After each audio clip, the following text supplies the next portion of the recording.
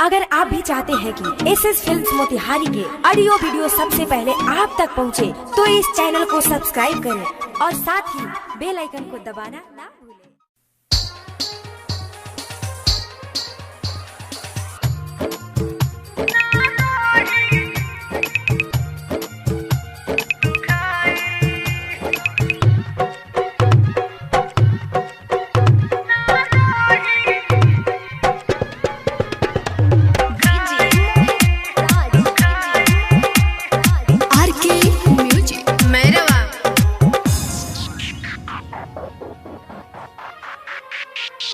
का हुई लगा के दिल, का हुई लगा के दिल, का हुई लगा के दिल, जब कोनो तुरिए के जाई दिलावे निकाल दी राम जी, राम जी, राम जी, दिलावे निकाल दी राम जी, ना रही ना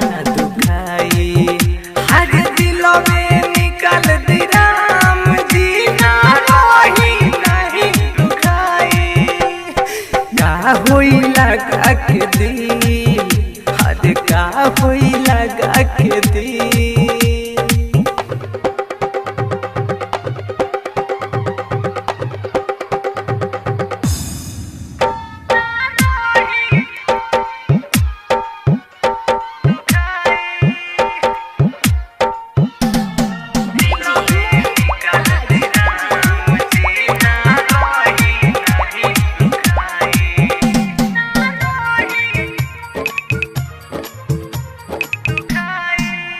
जब छोड़ तुहके जाई कुछ न समझ आई, तू घुट घुट के जियब खाली आई तोहे रोवाई, खाली आई तोहे रोवाई। जब छोड़ तुहके जाई कुछ न समझ आई, तू घुट घुट के जियब खाली आई तोहे रोवाई।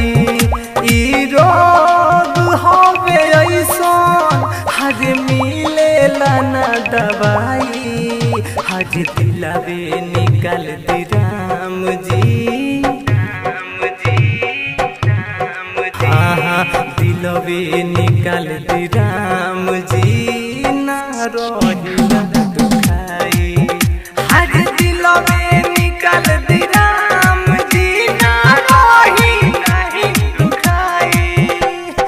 का हुई लगा के दिल, हज का हुई लगा के दिल।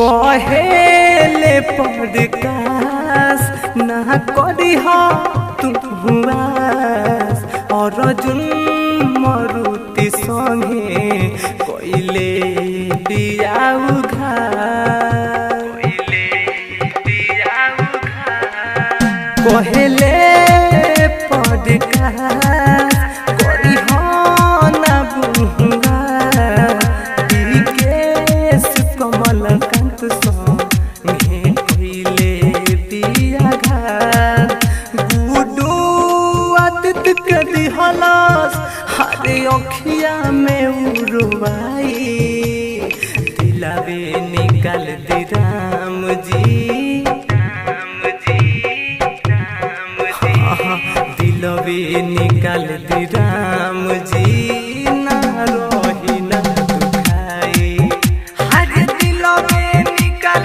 दी राम जी, ना रही नहीं दुखाई।